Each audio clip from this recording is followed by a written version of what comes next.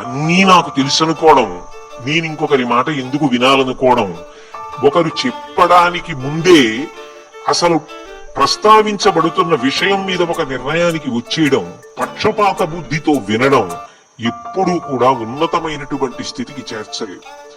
అందుకే మాట వినడం వచ్చిందనుకోండి వాడు తరించిపోతాడు. అసలు ఆ మాట వినడం రాలేదనుకోండి చాలా ప్రమాదానికి వెళ్ళిపోతాడు. రామాయణంలో రావణాసురుడికి ఎంతమంది చెప్పలేదు? అదే రామచంద్రమూర్తి అయితే అంతటి రాముడు కూడా చాలా ప్రమాదకరమైనటువంటి స్థితికి వెళ్ళిపోయాడు. చాలా ఉద్వేగంలోకి వెళ్ళిపోయాడు. కట్టు తప్పిపోతున్నాడేమో అని అనుమానం వచ్చే స్థితిలో తప్పు చేసిన వాడు అని మనకు అనిపించిన వాడు చెప్పిన వాక్కు సారవంతమైతే వినేశాడంతే. లక్ష్మణ ఇక్కడే ఉండు, కదలద్దన్నాడు. సీతమ్మ పర్ణశాల దగ్గర కాపు ఉంచి మారీచ సంహారానికి వెళ్ళాడు. లేదు పోని బంగారు జింకని పట్టుకోవడానికి వెళ్ళాడు. సీతమ్మ ఏదో ఉందని వెళ్ళిపోయాడు లక్ష్మణస్వామి. వెళ్ళిపోయాడు, సీతాపహరణం జరిగింది. తిరిగి వచ్చాడు. ఎందుకు వచ్చావని అడిగాడు. వదిన కఠినంగా మాట్లాడింది, వచ్చేశానన్నాడు. ఈ మాట నాకు చెప్పకు, నేను చెప్పినది చేశావా? నువ్వు ఇక్కడే ఉండని చెప్పాను.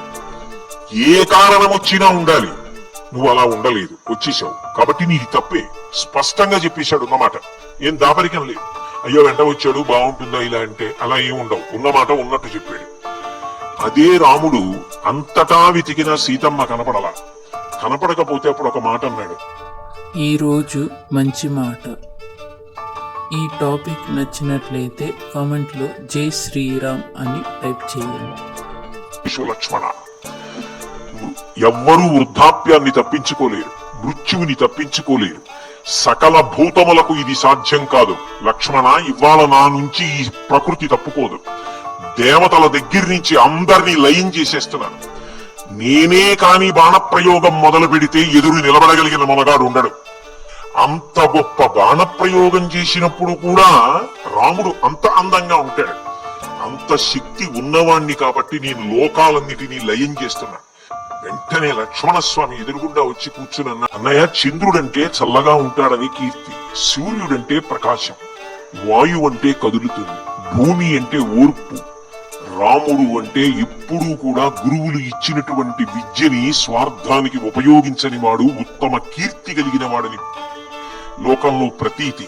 సర్వే వేదవిద శూరాః సర్వే లోకైతే రతాః సర్వే జ్ఞానోపసంపన్నాః సర్వే సమరితా గుణైః. అందుక అన్నయ్య నీకు విద్య నేర్పారు గురువులు. ఉదిన కనపడలేదని సమస్త ప్రాణులను చంపేస్తావా? అగ్నిలోకాలను లయం చేస్తావా? ఓర్పు పట్టన్నయ్య.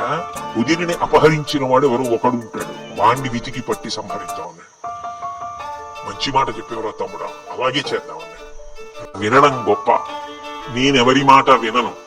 ఈ వీడియో నచ్చినట్లయితే లైక్ చేయండి, షేర్ చేయండి, సబ్స్క్రైబ్ చేసుకోండి. Thank you.